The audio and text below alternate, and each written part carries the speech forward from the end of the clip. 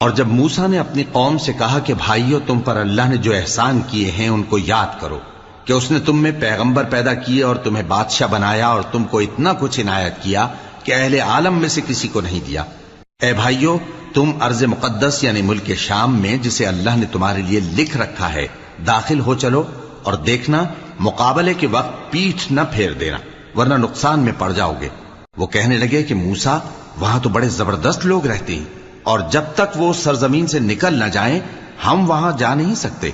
ہاں اگر وہ وہاں سے نکل جائیں تو ہم جا داخل ہوں گے۔ جو لوگ اللہ سے ڈرتے تھے ان میں سے 2 شخص جن پر اللہ کی عنایت تھی کہنے لگے کہ ان لوگوں پر دروازے کے رستے سے حملہ کر دو، پھر جب تم دروازے میں داخل ہو گئے تو فتح تمہاری ہے، اور اللہ ہی پر بھروسہ رکھو اگر تم واقعی ایمان والے ہو۔ وہ بولے کہ موسیٰ جب تک وہ لوگ وہاں ہیں ہم کبھی وہاں نہیں جانے کے، اگر لڑنا ہی ضرور ہے